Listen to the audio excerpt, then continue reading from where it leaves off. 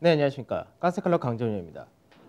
전일 국내 증시 외인들이 또 대규모의 매수를 했다가 됩니다. 그래서 그 매수 자체가 시총 최상위 또 삼성전자와 하이닉스 그리고 LG화 이 세 개 종목 중심으로 매수를 보였다는데 마이크론이 이제 신고가를 보였다. 이 부분이 국내 하이닉스도 신고가를 나타내는 그런 흐름으로 연결되면서 이 시총 상위 세 종목이 끌고 가는 그런 모습을 보여줬다 됩니다. 그래서 국내 증시 자체는 상당히 강한 흐름이 나타났다. 이렇게도 볼 수 있고 반대로 이번 한 주를 보게 되면은 이번 한 주가 1.7% 정도 상승했다. 이렇게도 되는데 실제로 월요일 날 급락 그리고 화요일 날 회복 그리고 어제 하루 상승했다. 이렇게도 볼 수 있습니다. 그래서 시장 자체가 지금 계속해서 신고가를 넘어가는 그런 과정이기 때문에 현재 구간은 그 누구도 겪어보지 않았던 그런 구간입니다. 그래서 어디까지 더 갈 것이냐, 단기적으로 어디가 고점이 될 거냐 아무도 현재는 알 수 없다. 이렇게도 볼 수 있는데 그래도 전략적인 부분은 그대로 맞춰가는 것이 좋다. 이 관점은 동일한 것 같습니다. 하나씩 보면서 설명해 드리도록 하겠습니다. 자, 먼저 이제 전일 지수를 보게 되면 지수가 2675.9포인트. 그러니까 이제 2699포인트, 2700포인트가 목표치니까 이제 그 라인대 근처를 어느 정도 왔다가 됩니다. 그래서 1.58% 상승했고 거래대금은 17조 5천억, 거래대금이 달차 증가하는 모습을 보여줬다 되고요. 외인들이 5,180억 매수를 했다 되죠. 그래서 외인들의 매수가 지수를 또 끌고 올라갔다 되는데 최근 들어서의 흐름은 거의 비슷하죠. 외국인들이 대규모로 매수할 때는 시총 최상위 종목군들이 지수를 끌고 올라간다. 이 흐름이 되는 거고. 그 다음에 기간에서는 약 2,500 정도 매도를 했는데 프로그램 매도가 거의 비슷하게 대부분 차지했다가 됩니다. 그래서 전체적인 체감적인 수급 흐름이 좀 더 좋다라고 느낄 때는 기간에서 매도가 작거나 매수가 들어올 때가 좀 더 체감은 좋다. 이 구조는 똑같습니다. 그 다음 선물시장인데 선물시장에서는 외인들이 반대로 매도를 했다가 됩니다. 그래서 외인들이 3,000개 정도 매도를 하면서 그렇다 하더라도 지수 자체가 워낙에 강하게 움직이기 때문에 선물지수도 358.75까지 올라간 모습을 보여줬다 되죠. 그래서 앞전에 개포전 차트를 보여드리면서 앞전에 개포전 차트를 기준으로 볼 때는 이제 356포인트 이 라인대 넘어갈 수 있는 구조다라고 말씀드렸는데 그 라인대를 넘어왔다가 됩니다. 그래서 누적 순매수는 이제 37,000개 정도 돼 있고요. 그래서 롤오버 포함해서는 55,000개이고 베이시스는 보합권 전후 동일하다가 되겠죠. 그다음 코스닥인데 코스닥도 어느 정도 따라가는 모습을 보여줬다 됩니다. 그래서 코스닥은 이제 900포인트 근처까지 올라왔다 되죠. 그래서 2차 목표치라고 말씀드렸던 자리가 895에서 915포인트인데 그 라인대 거의 다 왔다가 됩니다. 그래서 거래대금 13조인데 코스닥도 역시 마찬가지로 일부 시총 최상위 종목군들이 강세를 띠는 모습을 보여줬다 되고 외인들은 소폭의 매수를 했고 기관에서는 매도를 했다가 됩니다. 자, 바로 해외 증시 보도록 하죠. 해외 증시를 보게 되면 중국 같은 경우는 이제 장중에 소폭의 하락과 상승을 왔다 갔다 하다가 결국은 보합권 전후에서 마감이 되었습니다. 그래서 얼핏 보면은 3,450포인트라는 연중 고가 라인대, 이 라인대를 안착하는 그런 과정이다. 이렇게도 볼 수 있는데 우선은 바이든 같은 경우가 중국 관세에 대해서 바로 철회하지 않을 것이다 라고 이야기를 했다 되죠. 그러니까 아직까지 바이든이 대통령직을 수행하는 것도 아니지만 실제로 중국에 대한 관세 부분에 대해서는 바로 트럼프가 했던 정책을 철회하지 않는다. 이렇게 되어 있기 때문에 그런 부분에서는 중국이 이제 관망심이 좀 나타났다. 이렇게 보시면 될 것 같습니다. 자, 그다음 미증시인데 미증시 같은 경우는 이제 전체적으로는 혼조세로 마감이 되었다 됩니다. 그래서 이제 소폭 마이너스 5가 아니라 마이너스 0.05가 된 것 같은데. 그래서 시장에서 실질적으로 나스닥이 소폭의 약세에 띄었고 다우지수와 S&P가 소폭의 상승 이렇게 마감이 되었다 되는데 장중에 미선물 같은 경우가 0.2% 정도 하락을 선반했었기 때문에 큰 차이는 없다 보시면 되겠죠. 우선은 파월 연준 의장 이제 다음 주가 이제 연준에서의 회의가 있는데 그때 이제 부양책에 대한 추가적인 코멘트가 나올 것이냐 여기에 따라서 시장은 기대를 좀 하고 있습니다. 근데 우선은 파웰 연준 의장이 백신이 개발이 잘 되었기 때문에 이로 인해서 향후 경제에 대한 기대치가 높아진다. 회복을 할 가능성이 높아졌다. 이런 식으로 약간 긍정적인 발언을 했다라는 부분이 있었고요. 그 최근 들어서 이제 미국에서의 민주당과 공화당 부양책에 대해서 합의 규모가 9천억 불로 떨어져 있는데 이 부분을 합의할 것이다. 이렇게 얘기를 합니다. 그래서 12월 11일인가가 이제 미국에서의 어느 정도 예산안이 통과가 되지 않으면 셧다운이 발생될 수 있는데 그 부분까지도 합의를 할 것이다. 이렇게 얘기가 나오긴 했습니다. 그래서 이제 성향적인 부분에서는 성장보다는 가치 ETF가 아무래도 경기에 대한 이슈가 주로 불거지고 경기 자체에 대한 회복 기대치가 높아졌다가 되기 때문에 가치를 중심으로 해서 소폭 강세가 나타났다 된 거고요. 그다음에 에너지라든지 운송, 금리, 호텔, 유틸리티, 그리고 통신 이런 쪽이 강세 뛰었는데 전체적으로 볼 때 경기 관련해서 강세 뛰었다라고 하기도 좀 어중간한 것이 유틸리티나 통신 같은 경우는 방어적 성향을 가지고 있는데 그동안 상승 못했던 부분에서 올라왔다 된 거고 반대로 하락을 했다는 부분이 테슬라가 소폭 하락을 나타내줬고 그 외적인 자동차 부품 그리고 소재라든지 산업재는 최근 들어서 강세를 띄었던 경기 관련인데 이쪽에서가 소폭의 약세가 나타났다 됩니다. 변동성 지수는 소폭 상승해서 21선 정도에서 마감이 되었고 유가 같은 경우 아직 오펙K에서의 감산 결정이 나타나지 않았습니다. 다만 시장에서 전체적인 분위기가 3개월 감산을 연장하자 이런 쪽이 될 가능성이 높다는 점에서 다시 45불선을 올라왔다 되고요. MSCI 코리아인덱스 1.87% 상승하면서 79.3까지 올랐고 달러 인덱스가 저점을 조금씩 계속해서 낮추고 있는 과정 동일하다 되고 국내 원달러 환율이 이게 1,100원까지 내려왔다 됩니다. 그래서 환율이 1,100원을 이탈할 가능성이 상당히 높다 이렇게 되는데 관건은 뭐냐면은 1,080원이라는 자리 때부터 1,100원이라는 자리 때가 시장에서 외국인들이 환차익을 노리고 들어왔던 물량도 분명히 있을 거다라고 말씀드렸는데 차익 실현이 떨어질 것이냐 이 부분이 좀 염두를 해둬야 될 것 같습니다. 가치 대형 ETF하고 성장 ETF 한번 보도록 하죠. 뭐 나스닥이나 S&P는 큰 차이 없었으니까 대형 가치 ETF를 보게 되면 앞전에 고가를 만들었던 자리죠. 그 라인대를 2번 정도 저항을 받았고 이번이 3번째 돌파가 가능한 자리 이렇게 맞춰놨다 됩니다. 그래서 이 라인대를 돌파를 한다면 추가적으로 강세가 가능하다는데 S&P 지수 자체가 한 3% 정도 추가적인 상승 여력이 남아있다 이렇게 보고 있기 때문에 어느 정도 가치 쪽에서 좀 더 끌고 갈 가능성이 높다 이렇게 보고 있습니다. 그 다음에 성장 대형 ETF인데 지금 나스닥 종합주가지수와 나스닥 100지수 그리고 대형 성장 ETF 여기가 그림이 조금씩 다릅니다. 그래서 대형 성장 ETF 같은 경우는 나스닥 100지수와 거의 비슷하다 이런 그림인데 9월 달에 고가 라인과 그리고 앞전에 트럼프가 당선이 되는 거 아니냐 했었을 때 그때 고가 라인 그리고 지금의 고가 라인 이 라인대에서 왔다 갔다 한다 이렇게 되어 있습니다. 그래서 사실 지금 현재 미증시에서 나스닥 지수를 보게 되면 나스닥에서 소위 시총이 가장 높다라고 얘기하는 빵이라고 우리가 얘기했던 그런 주도주 같은 경우가 테슬라와 아마존을 제외하고는 사실 전체적으로 지수의 강세가 나타나지 못한다 됩니다. 그러니까 시장 대비해서 약하다 이런 구조가 만들어지고 있는데 그 그림과 성장 대형 ETF의 그림이 거의 비슷하다 이렇게 되어 있습니다. 그래서 이쪽에서가 가치 돌파를 해가지고 가치나 성장 상관없이 전체적인 강세가 더 나올 것이냐 아니면 서로 엇갈린 그림을 나타나면서 차익이 떨어질 거냐 이거는 좀 더 체크를 해야 될 것 같습니다. 자, 그 다음에 MSCI 코리아 인덱스 그러니까 이제 한 주로 볼 때 주간으로 보게 되면은 MSCI 코리아 인덱스도 1.94% 상승했다가 됩니다. 그래서 전일 국내 증시가 상승했던 비중 상승폭과 거의 비슷하다 이 가정은 똑같다 되겠죠. 그러면 MSCI 코리아 인덱스 같은 경우는 지금 실제적으로 역사적 신고가 역시 돌파를 했다가 되죠. 그래서 2018년도에 고가 라인 때 돌파가 되어 있는 그런 상태가 똑같은데 관건은 뭐냐면은 제가 이제 시장에서 현금을 이제 슬슬 만들자 어느 정도 목표 2차 목표치에 오게 되면은 주식에 대한 비중을 좀 덜어내자 이 관점을 계속해서 얘기를 한 게 왜 그러냐면 시장에서는 지금 현재 고가를 어디서 만들 거냐라는 부분이 현재 명확하게 누구도 얘기할 수가 없습니다. 다만 이제 처음부터 전략을 짤 때 시장에서 이 라인대를 목표로 왔으면은 그 라인대까지 끌고 가는 게 어렵지 않은데 그 이상이 나온다 했을 때는 그거는 생각보다 더 강하게 나면 좋은 거고 그렇지 못하다면 그만 이렇게 생각을 해야 되는데 여기서 문제는 넘어가고 난 다음에 지지 테스트라는 과정은 분명 한 번 나옵니다. 이게 연말에 나올지 내년 초에 나올지 한 번은 나올 수 있기 때문에 이 부분을 생각을 좀 해야 된다 이렇게 봐야 됩니다. 그래서 이 선이 75에서 74이기 때문에 나중에 많이 올라가게 되면 올라간 만큼 조정폭도 좀 더 커질 수 있다는 부분을 생각을 해야 될 것 같습니다.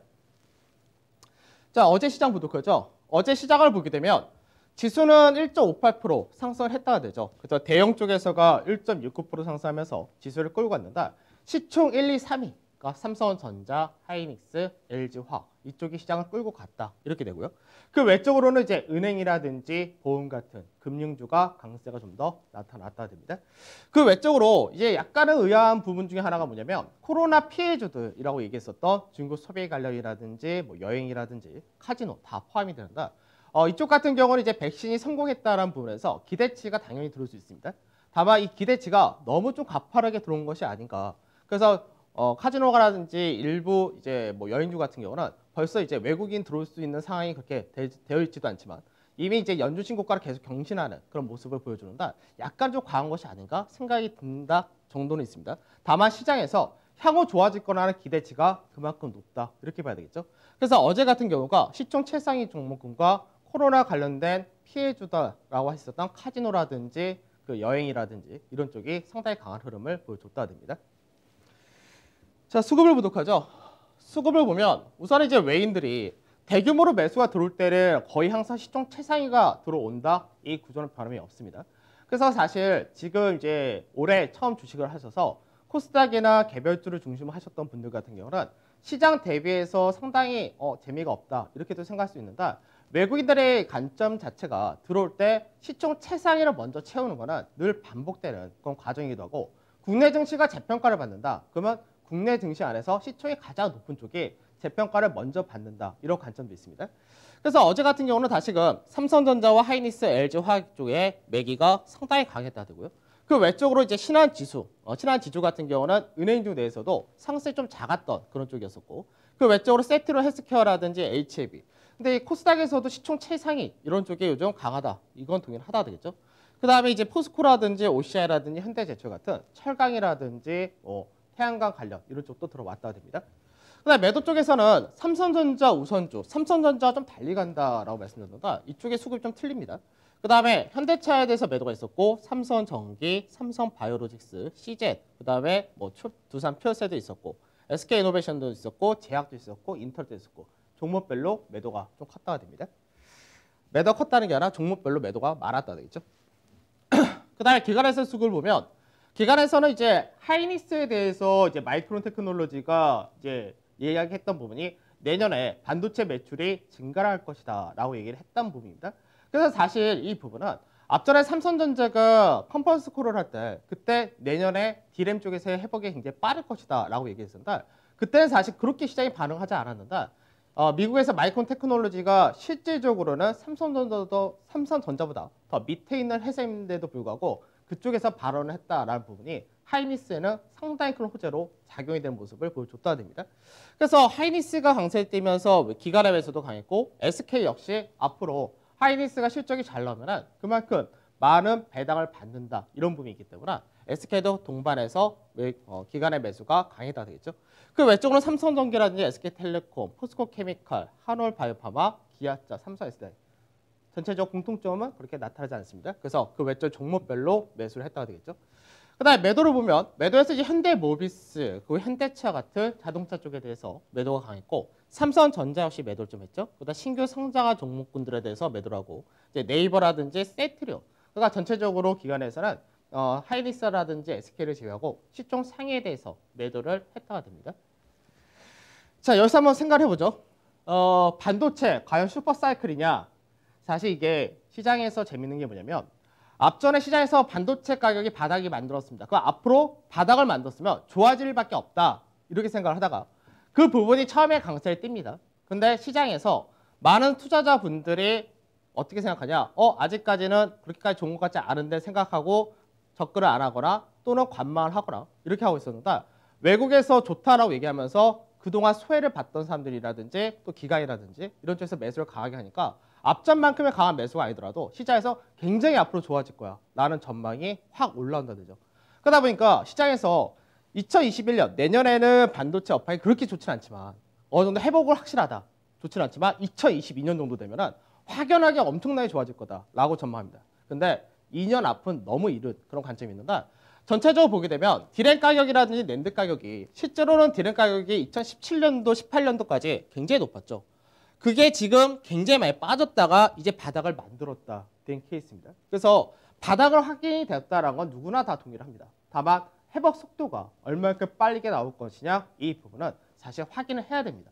그래서 앞전에 이제 반도체 가격이 바닥을 찍었다. 그래서 한번 사야 된다라고 말씀드렸던 부분은 뭐냐면 보통 경기 지표라든지 3분기 실적이라든지 이런 것이 좋게 나오면은 그 다음에 대한 기대치가 높아지기 때문에 그 기대치가 상당히 강하게 움직일 수 있다는데 약간은 지금 현재 시장에서 좀 과하게 생각한다고 생각할 것 같습니다.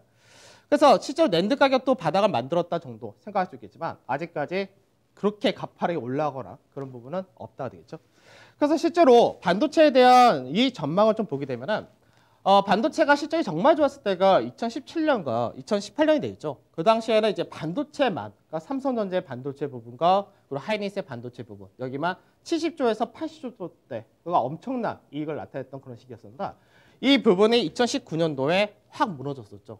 그러고 나서 올해 같은 경우가 소폭 회복을 했다 정도 되면서 올해가 대충 한 40조 조금 넘어간다 됩니다. 그 내년에 회복이 된다. 그래서 내년 회복이 정말 시장 기대만큼 나온다면은 이제 50조대를 회복할 것이다. 이렇게 되는 거고 2020년도 되면은 2017년도에 이 정도를 회복할 것이다. 이렇게 되죠. 그러니까 현재 시장에서는 조금은 빨리 움직인 케이스다. 이렇게 보셔야 됩니다. 자, 그럼 하이닉스 한번 보도록 하죠. 그 하이닉스가 전체적인 주간 차트입니다. 실제로 이제 바닥이 만들어졌다. 그때 말씀드렸을 때가 한 8만 원 좀 아래였던 걸로 기억하는데 지금 현재는 단기적으로 볼 때 한 36% 정도 올라왔다가 되죠. 그러니까 상당히 많은 상승을 보였는데 이제 어제 앞전에 2017년도에 2018년도죠. 앞전에 고가 라인 때 이 라인 때를 돌파를 했다 됩니다. 2018년이 아니라 올해 초 돌파를 했다 되는데 그러면 지금 현재 전체적으로 볼 때는 추가적인 상승 여력은 좀 더 있다 이렇게 볼 수 있습니다. 다만 나중에 고가 라인 때에서 지지 테스트를 받는 과정은 한번 나올 수 있다 이렇게 생각해야 되고요. 그리고 시장에서 방금 설명드렸던 반도체에 대한 업황이라든지 이 전망, 이 부분이 분명히 예전에 비해서는 아직까지 회복이 됐다라고 말 못한다고 했습니다. 다만 주가가 이렇게 강세를 띄었다. 근데 이 부분에서 또 한 가지 생각을 해야 될 부분이 뭐냐면 삼성전자를 왜 앞전에 IT 쪽에서 반도체는 제가 관심에서 배제를 하자, 비중 축소하자라고 말씀해서 삼성전자 구도 놔둬야 된다. 왜 그랬냐면 시장에서 국내 증시 자체가 재평가를 받았다. 시총 최상위 종목군들이 다시금 재평가를 받을 수 있다가 됩니다. 그러니까 이게 어떤 관점이냐면 시장에서 아직까지 반도체 사이클이 확연하게 좋아진다. 슈퍼 사이클로 이야기하던 예전처럼 다시금 돌아갈 거다라고는 얘기할 수 없습니다. 다만 하이닉스도 국내 시총 2위 기업이고 그리고 반도체 시장에서 전 세계 두 번째 기업 이렇게 되기 때문에 그런 부분이 그동안 저평가받았던 부분이 시장 전체도 재평가를 받듯이 이런 쪽도 재평가 받을 수 있다. 이런 부분으로 어느 정도 나타날 수 있다. 이렇게 보셔야 됩니다. 그러니까 지금 시장에서 기대치가 굉장히 큽니다. 근데 이 기대치가 실제로 결과가 나온지는 좀 더 지켜봐야 되는 부분이지만 시장 자체적인 재평가를 받는 부분이 이렇게 강세가 나올 수 있다도 인정을 해야 된다는 겁니다. 자, 코스닥 지수 한번 보도록 하죠. 코스닥 지수가 이제 거의 다 왔죠. 그러면 코스닥 지수 같은 경우는 이제 2018년도에 고가 라인 때, 이 라인 때에 거의 다 왔다가 됩니다. 그러면 코스닥 같은 경우가 추가적인 강세를 더 뛸 것이냐 이 부분입니다. 코스닥에서 지금 현재 끌고 간다가 된 쪽이 세트론 그룹과 그리고 IT 부품. 그러니까 결과적으로는 2차 전지도 포함이 되지만 결과적으로는 거래소의 시총 1, 2, 시총 최상위 반도체, 2차 전지 그리고 제약바이오. 그러니까 이쪽하고 연동돼서 간다는 얘기죠. 그러다 보니까 코스닥도 마찬가지로 앞전에 코스닥은 전체적으로 시장을 끌고 가면서 업종들이 수란이 나오고 이게 굉장히 많았었는데 이 부분보다는 거래소의 시총 최상위가 강세되는 거를 따라가는 형태가 이어진다는 겁니다. 그래서 결국은 코스닥도 이제 거래소가 어느 정도 단기적인 고가를 만들고 조정받을 때 같이 조정받을 가능성이 높다 이렇게 봐야 되겠죠. 그래서 아직까지는 확률적인 부분에서 이 라인 때 넘어가느냐는 반반 이렇게 생각하고 움직이셔야 될 것 같습니다. 자, 투자 전략 보도록 하죠. 투자 전략 바뀌지를 않습니다. 왜 그러냐면 시장에서 제가 이제 시장에서 2차 목표치 2,700까지 목표를 잡고 왔었다. 그래서 실제로 이제 제가 추석 전날에 그런 얘기를 했었죠. 현금이 없다고. 주식을 다 채워서 왔다 했는데 이제는 현금을 슬슬 만들 생각입니다. 왜? 이 가격대부터는 처음부터 이 전략을 왔었기 때문에. 그러니까 여기에 추가로 넘어간다. 그러면 제 거 아니다라고 생각하는 것이 가장 속 편합니다.